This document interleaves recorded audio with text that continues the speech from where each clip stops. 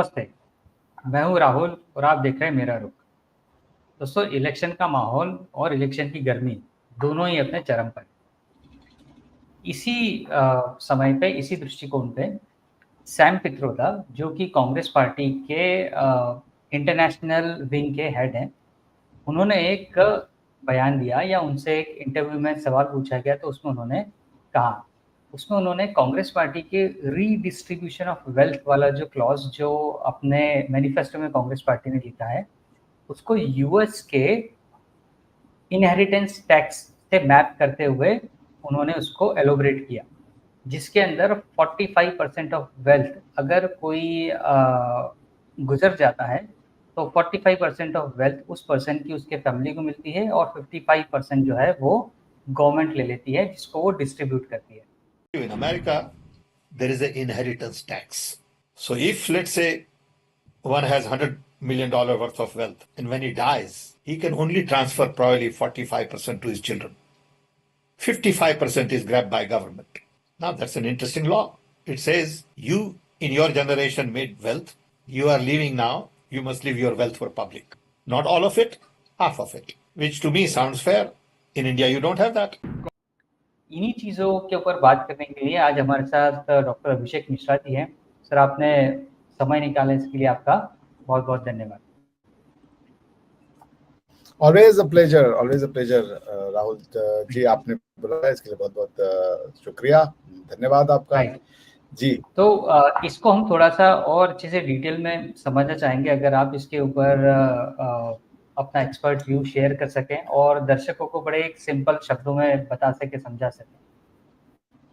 देखिए, इंडिया में जो एक ऑब्सेशन है ना, obsession with the western law, western system, it's good to know other things, but जब आपके पास अपना खुद का अंडरस्टैंडिंग है, एक बहुत डिटेल्ड लीगल सिस्टम है, हमारे यहाँ दया भागा मिताक्षरा स्कूल में कैसे इनहेरिटेंस का डिवीजन होगा, कैसे उसका सोशल डिस्ट्रीब्यूशन होगा, पूरा चीज है हमारे यहाँ।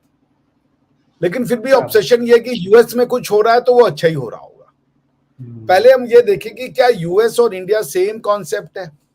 क्या यूएस और इंडिया सेम कॉन्सेप्ट है? वहां के जो लोग हैं उनकी जो इनहेरिटेंस का कॉन्सेप्ट और हमारे यहाँ के लोगों का जो इनहेरिटेंस का कॉन्सेप्ट सेम है? आप लोग को ये भी ध्यान रखना पड़ेगा कि यूएस एक फेडरल कंट्री है जैसे इंडिया है। यूएस में जो टैक्स स्टेट लगाएगा और जो टैक्स फेडरल गवर्नमेंट लगाएगी, दोनों अलग अलग होते हैं। बराबर।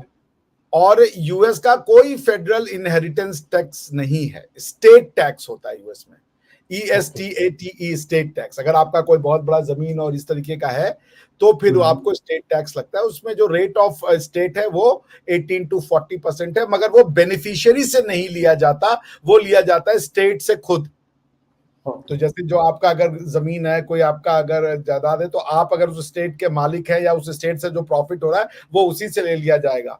वो कहीं और अगर इनहेरिट होता है तो उसको इनहेरिटेंस पे कोई टैक्स नहीं देना पड़ेगा। आप समझ रहे हैं? State tax would be a different concept. Inheritance का मतलब होता है, देखिए, प्रॉपर्टी दो तरीके से बनती है। एक बनती है जब आप प्रॉपर्टी अपनी मेहनत से खुद कमाते हैं, और दूसरी प्रॉपर्टी होती है जब आपको भले आपने मेहनत ना करी, लेकिन आप अगर अंबानी जी के परिवार में पैदा हो गए तो उनकी सारी प्रॉपर्टी आपकी अपने आप हो जाती है by the operation of law. ठीक है ना? तो इसको समझने के लिए, क्या इंडिया और United states of America same है? अमेरिका के जितने भी अमेरिकन हैं आज की डेट में, गोरे अमेरिकन, वो सारे के सारे यूरोप से जाके वहां बसे हैं आज से 400 साल पहले या 500 साल पहले। भाई 1400 समथिंग में तो कोलंबस पहुंच गया था वहां पे गलती से अमेरिका ढूंढते हुए। बराबर। तो तब तक तो वहां यूरोपियंस नहीं हुआ करते थे। वहां के लोकल जो एबोरिजिन्स, जो वहां के जिनको लोकल आप कह लीजिए, वो रहते थे। बाद में वहां यूएस गया, यूएस के बाद में वहां पे यूरोपियंस गए, यूरोपियंस के साथ उनका कल्चर गया, उनके लॉज गए, उनका रिलीजन चला गया। अब जैसे आप देख ले, यूनाइटेड स्टेट्स ऑफ अमेरिका के मेजॉरिटी ऑफ द शहरों के नाम जो है वो यूरोपियन शहरों के नाम पे है ना। जैसे यूनाइटेड किंगडम में एक शहर है, उसका नाम है यॉर्क, और आपको यूनाइटेड स्टेट्स में एक शहर मिलता है, उसका नाम है न्यूयॉर्क। राइट। ठीक है ना? आपको जेनेवा जो है वो इटली में भी मिलेगा, जेनेवा आपको वहां भी मिल जाएगा। हैम्पशायर आपको यूके में भी मिल जाएगा, यूनाइटेड स्टेट्स में भी मिल जाएगा। सारे के सारे जो उनके नाम थे उन्होंने वहां पे कुछ लोकल भी रखे, ऐसा नहीं है, लेकिन जो बेसिकली वो गए अपना यूरोपियन आइडेंटिटी लेके गए वहां पे वो उन्होंने बना दिया। अच्छा, अब यूरोपियंस का अपना लैंड, तो जो ये गए वहां से तो अपनी उनका इनहेरिटेंस तो कुछ लेके नहीं गए वो। भाई आपके जैसे बाप दादा है, आपकी एक पुश्तैनी घर होगा ना जो 400 500 1000 साल से वही घर है, भले आप उसको बेच दे किसी को, लेकिन वो आपकी आइडेंटिटी तो रहती है कि हम यहाँ के लोग हैं और ये हमारा घर है, ये जमीन हमारी नेटिव है, हमारे बाबाओं जो हमारे पूर्वज थे उनकी है। अमेरिका में तो जो जिनके पूर्वज थे उनको तो मिलता ही नहीं है कुछ, सारे के सारे गोरे लेके बैठे हुए हैं। इन गोरों का क्या था वहां पे, इन्होंने तो दूसरों की जमीन चुरा ली है। तो आप अमेरिकन लॉज को इंडियन कॉन्टेक्स्ट में सेम टू सेम अप्लाई करेंगे तो बेहद मूर्खता करेंगे। अमेरिकन लॉ में ये है उनका सेनेट में कि यदि American supreme court foreign law को अप्लाई करता है तो उस जज की इम्पीचमेंट तक की बात कही जाती है उसमें। ओके, यानी आप अमेरिकन कोर्ट्स में अमेरिकन केसेस और अमेरिकन लॉज के अलावा किसी को अब साइट नहीं कर सकते। एक कंपैरेटिव स्टडी अगर आप कीजिएगा कि अमेरिकन सुप्रीम कोर्ट में कितने फॉरेन कोर्ट्स के डिसीजंस को वो साइट करते हैं तो आपको मिलेगा नंबर ऑलमोस्ट नेग्लिजिबल। तो पॉइंट ये कि अब ये कौन सा इनहेरिटेंस टैक्स इन्होंने पढ़ लिया लोगों को। आपको अगर मेन क्वेश्चन है इनकम रीडिस्ट्रीब्यूशन, अगर कॉन्सेप्ट है सोशल जस्टिस कैसे होगा तो उसके कई मेथड है यार। सामने वाले से टैक्स लेकर के ही क्यों आपको रिडिस्ट्रीब्यूट करना है? आप सोसाइटी को कैपिटलिस्ट क्यों नहीं बनाना चाहते? यानी कि आप ये भी कहोगे कि जो पैसे कमा रहा है वो तो चोर है, अडानी चोर है, अंबानी चोर है। जब कोई पैसे कमाएगा नहीं तो तुम टैक्स किस पे लगाओगे भैया, ये बता दो। आप एक बात बताइए, अगर मैं मेहनत करके टैक्स कमा रहा हूं, मेहनत करके प्रॉपर्टी कमा रहा हूं और आप उसका 55% आप रख लेंगे और उसके बाद मेरे पास बचा नहीं, और जो आदमी ने कोई मेहनत नहीं की, जिसने अपनी जिंदगी में कोई काम नहीं किया, उसको मिल गया बैठे बैठाए। क्यों भाई ऐसा? जब कोई वेल्थ क्रिएटर नहीं होगा तो डिस्ट्रीब्यूट कहां से करोगे? In order to distribute the wealth you need the creation of wealth first. तो वेल्थ क्रिएशन की बात नहीं कर रहे हो, वेल्थ डिस्ट्रीब्यूशन को अज्यूम करके चल रहे हो कि वेल्थ एग्जिस्ट करता है देश में, और ये भी अज्यूम करके चल रहे हो कि जिसको वेल्थ तुम डिस्ट्रीब्यूट करोगे वो कंस्ट्रक्टिव और प्रोडक्टिव यूज में करेगा। इसकी क्या गारंटी है? ऐसे नहीं होता। आप वेलफेयर स्कीम्स चलाएं, लेकिन ये कि आप टैक्स ले लेंगे जरूरत से ज्यादा। इसी टैक्स को लेकर के यूनाइटेड किंगडम में सिविल वॉर हो चुका है।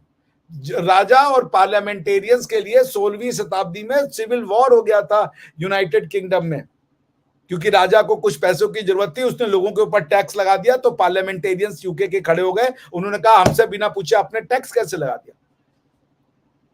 सही बात। पॉइंट ये है राहुल जी कि इस तरीके से आपको डिस्ट्रीब्यूशन ऑफ वेल्थ तब आप कर पाओगे जब आप क्रिएशन ऑफ वेल्थ पे जोड़ दोगे। कांग्रेस की पॉलिसी क्या है कि क्रिएशन ऑफ वेल्थ को डिस्करेज करो और डिस्ट्रीब्यूशन ऑफ वेल्थ को प्रमोट करो। अरे भाई, जब होगा ही नहीं तो तुम डिस्ट्रीब्यूट क्या करोगे? ये तो वो कम्युनिस्ट का आइडिया है कि सबको 2 रुपए की रोटी मिलती है, लेकिन ये है कि वहां पे गरीबी इतनी है कि ढंग से आप कपड़े नहीं कर सकते, सबको गरीब रखो। This is not how system works, right. Not और ये तो वो बराबर, और ये तो वो रॉबिन हुड वाला सिस्टम हो गया कि अमीरों के यहाँ डाका डालो, उनसे पैसे लो और बांट दो। In a way, yes, in a way it is ये मानसिकता वही है ना भाई। अमीर तो हो तब तो डाका भी डालोगे यार। सही बात। अगर मुझे पता है कि मेरा जो है पैसा तुम चुरा ही लोगे तो हम भी बैठ के हम काहे मेहनत करें, हम काहे प्रॉपर्टी क्रिएट करें? ठीक है ना, आपको अगर करना है तो आप बाकी के स्कीम पे क्वेश्चन नहीं कर रहे हो कि जनसंख्या कानून लाएंगे, पॉपुलेशन को कम करेंगे, जो जरूरत से ज्यादा बच्चे पैदा करेगा उसके ऊपर हम टैक्स लगाएंगे। ये नहीं करोगे तुम, वहां डेमोक्रेसी खतरे में आ जाएगी। अगर पॉपुलेशन कम हो जाए इंडिया का, तो जो इंडिया की जीडीपी है उसका पर कैपिटा इनकम यूं ही बढ़ जाएगा। बराबर, बिल्कुल सही। जो जिसे कहते हैं ना कि ये कह रहे पॉपुलेशन बढ़ाते रहो, जो पैसा बनाएगा उसको हम पनिश करेंगे। क्यों भैया? कॉर्पोरेट टैक्स लेते हो, इनकम टैक्स लेते हो, सारे तरीके के टैक्स लेते हो, उसका पैसा बनाना इस देश में जुल्म हो गया। और किसी भी जो भी ये कम्युनिस्ट विचारधारा वाले इकोनॉमिक सिस्टम थी सारी फेल हो गई, दुनिया भर में कहीं नहीं चली, अंत में सबको मार्केट इकोनॉमी पे आना पड़ा। तो जिसकी कैपेसिटी है पैसे क्रिएट करने की, why should that person be punished बाबा? अगर अंबानी, अडानी, बिरला, टाटा, ओयो वाला कोई भी बच्चा है, उनके पास एबिलिटी है पैसा कमाने की, तो उनको तुम पनिश कर दोगे कि उनके बच्चे जो है वो उनको प्रॉपर्टी ना मिले? और इसकी क्या गारंटी है कि जो डिस्ट्रीब्यूशन ऑफ वेल्थ होगा वो एकदम जस्ट होगा?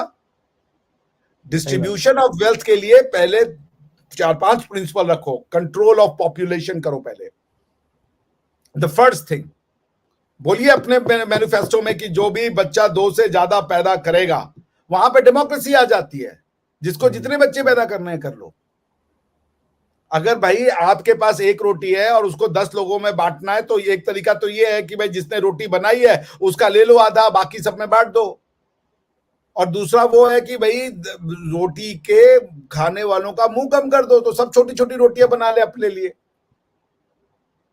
रोटी छीन करके किसी को देने से अच्छा अगर तुम रोटियों के खाने वाले मुंह को कंट्रोल करोगे, तो सब अपनी रोटी खुद से पका रहे होंगे।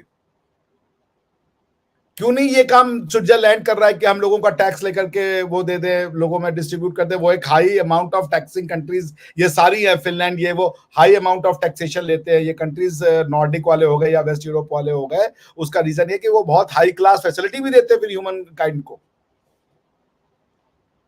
तो ये दिस इज अमेरिका में है तो यहां भी अच्छा होगा? ये क्या बात हुआ यार? America land of immigrants, are we land of immigrants? नहीं, बिल्कुल नहीं। ये बेवकूफी वाले प्रपोजिशंस ठीक नहीं है। डिस्ट्रीब्यूशन ऑफ वेल्थ होना चाहिए, मैं I am all up for it, मगर उसको आप लोगों को आप एम्पावर करते हो, उनको डिपेंडेंट नहीं बना देते हो कि हम देंगे तुम खुद मत करो कुछ। तुम इकोनॉमिक पॉलिसी लाओ, जैसे स्टार्टअप है, that is a distribution of wealth. MSME जो है, जो आपके स्मॉल और मीडियम इंटरप्राइजेस है, जब वो खुलेंगे नहीं तो जॉब कहां से क्रिएट होगा? हम जॉब भी क्रिएट करें, हम टैक्स भी दे दें, हम सब कुछ दे दें। तुम ये भी कह रहे हो कि अपना एमएसएमई करो, बिजनेस करो, उसमें लोगों को जोड़ो, और उसके बाद जो है ये भी कहोगे कि डिसइन्वेस्टमेंट खराब है, रेलवे बेच दी, उसके बाद ये बेच दिया, वो बेच दिया, प्राइवेट सेक्टर आए नहीं, सब पब्लिक सेक्टर करे, तो वेल्थ कहां से बनेगा बड़े भैया? सही बात। एक तरफा कैसे चलेगा? अगर लोग अपना इस देश में काम करना चाह रहे हैं, फिर प्राइवेटाइज भी तो करो। उस प्राइवेटाइजेशन को तो आप शत्रु मानते हो। आपका जो आर्च एनिमी है वो अडानी अंबानी, उसकी गलती क्या है मुझे नहीं पता, सिवाय इसके कि बेचारा अपनी क्षमता से पैसे बना लिया। मेरे पास तो क्षमता नहीं है पैसे बनाने की। सही बात है। तो ये ना ट्रांजैक्शन का एक पार्ट पकड़ के, अमेरिका इंडिया से कम 5-6 गुना बड़ा होगा लैंड एरियाज में। अमेरिका का जो यूएसए का लैंड एरिया कितना है बताऊं, तो आप देख लिया, हमारा 32 लाख है, ठीक है ना, और उनका जो है करीब करीब ये 98 लाख है, 3 गुना है वो हमारे, ऑलमोस्ट 3-3.5 गुना उनका लैंड एरिया है। पॉपुलेशन 33 से 34-35 करोड़ यही है। राइट। तो हमारा वो जो है, मतलब समझ लीजिए 3-7-3-6-18, कम से कम वो हमसे 5 गुना पॉपुलेशन कम है। उनके पॉपुलेशन को हमसे कैसे कंपेयर कर रहे हो? सही बात है। ये भी तो कहो ना कि इंडिया की सबसे बड़ी समस्या पॉपुलेशन है, वहां पर डेमोक्रेसी आ जाएगी। तो सब चीजें ट्रांजैक्शंस में चलती है। एक उसमें ये कि सिर्फ अमेरिका में हो गया तो उसको मुंह उठा के सीधा इंडिया में लगा दिया जाए, ये उचित बात नहीं है जी। बराबर। और यहाँ पर तो जो आपने कहा रिफॉर्म्स वाली बात और सारी चीजें, तो आप वेल्थ क्रिएटर्स को और इंडस्ट्रियलिस्ट को गाली देना या उनके ऊपर अपशब्द कहना या उनको क्रिटिसाइज करना, ये तो आपका एक रोज का काम हो गया। तो जब आप वेल्थ क्रिएटर्स को ही चीज़ें इतनी गाली देंगे या उनको भला बुरा कहेंगे, तो अपकमिंग वेल्थ क्रिएटर्स या जो नए लोग हैं जो इस बिजनेस सेगमेंट में आना चाहते हैं, वो भी कैसे आएंगे? वो भी अपने आप को डिस्करेज ही फील करेंगे। जी बिल्कुल बिल्कुल, वो डिस्करेज ही नहीं फील करेंगे, वो बल्कि ये भी फील करेंगे कि हमारे साथ डिस्क्रिमिनेशन हो रहा है। Exactly. You can not demotivate people to make wealth बाबा। राइट। आप हमसे टैक्स भी ले रहे हो, जो हम एम्प्लॉय रख रहे हैं, हम जॉब भी क्रिएट करें, हम टैक्स भी दें, और हम ग्रीडी हैं। आप थोड़े ग्रीडी नहीं हो कि पावर में आने के लिए सारा का सारा बर्डन जो आप डालना चाहते हो उन लोगों के ऊपर जो काम करना चाहते हैं, मेहनत करना चाहते हैं। आप लोगों को एम्पावर कीजिए और जितनी जरूरत है उतना कैश लोगों को मिल जाता है। आप ये तो नहीं कर सकते ना कि अच्छा उसको बिजनेस करने दो, उसका पैसा तो अंत में मेरे पास आ ही जाएगा। That can not be the approach of the government. आप ये बताओ कि कैसे आप प्राइवेट, जी बोलिए। नहीं आप कंटिन्यू कीजिए, फिर मैं बोलता हूँ।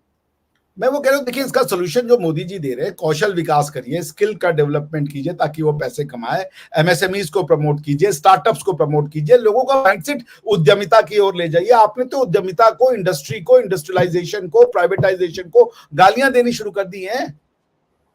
सही बात। एलपीजी आपने इंट्रोड्यूस की थी, आज एलपीजी आपका सबसे बड़ा आर्च एनिमी है। जी आप एग्जैक्टली।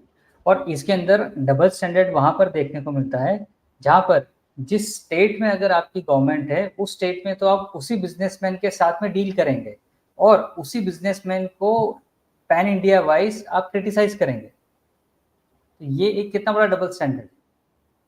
वो ठीक है, वो पॉलिटिकल इश्यूज, हम तो पॉलिसी इशू पे बात कर रहे हैं। पॉलिटिकली तो आपके डबल फेस है, उसमें तो कोई वो नहीं है भाई। पॉलिटिकली तो सबसे पहले अगर आप ये करोगे तो सबसे पहले आपको तो आपकी फैमिली का देना पड़ेगा, ठीक है ना।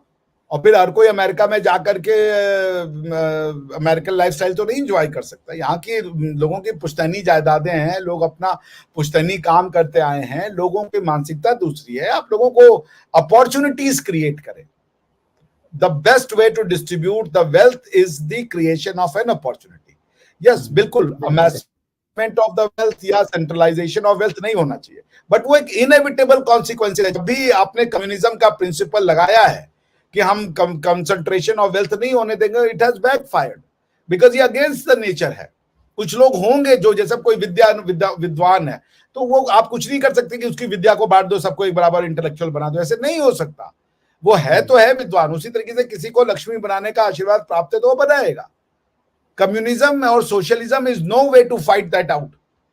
आपको लोगों को एम्पावर करना पड़ेगा, उनको काम करने के लिए इनकरेज करना पड़ेगा, एमएसएमईज को इनकरेज करना पड़ेगा, आपको स्टार्टअप्स को प्रमोट करना पड़ेगा, स्किल्स को प्रमोट करना पड़ेगा। That is the only way out. And before all that population को स्ट्रिक्टली कंट्रोल करना पड़ेगा। बिल्कुल बराबर। तो जब तक पॉपुलेशन नहीं कंट्रोल होगा, आप तो सबका पैसा सब में लेके बांट दो। मेहनत हम कर रहे हैं, कोई और पैसे ले जाए तो ठीक नहीं है। और जितना आप ले रहे हो उतना ही बहुत है, और क्या दे दे मिडिल क्लास, उसके सपने नहीं है। तो आपने पॉवर्टी को अभी तक अपनी इकोनॉमिक पॉलिसी के तहत प्रमोट किया है। Now it's not the time to promote this kind of policies. जी सही बात है, बिल्कुल ऐसा ही है। और आई एम श्योर अभी जो आपने इसके इनसाइट्स बताए, जो चीज़ें आपने बैकग्राउंड बताई, और साथ ही आपने ये भी बताया कि इस चीज़ को ठीक तरीके से सॉल्व करने के लिए, अप्लाई करने के लिए क्या क्या चीज़ें हो सकती हैं। सो आई एम श्योर ये चीज़ें व्यूअर्स को ज़रूर समझ में आई होगी। और इसके पीछे का जो एक कॉन्सेप्ट है, ना सिर्फ एक फैंसी बयान देके अपने आप को हाईलाइट या सुर्खियों में ले आना, बल्कि उसके पीछे का जो कॉन्सेप्ट जो आपने बताया वो भी आई एम श्योर व्यूअर्स को समझ में आया होगा। तो आज आपके समय के लिए बहुत बहुत धन्यवाद। उम्मीद है आपसे फिर किसी इंटरेस्टिंग टॉपिक पर वापस आपसे मुलाकात होगी। तब तक के लिए जी बिल्कुल। धन्यवाद। जी राहुल जी, धन्यवाद।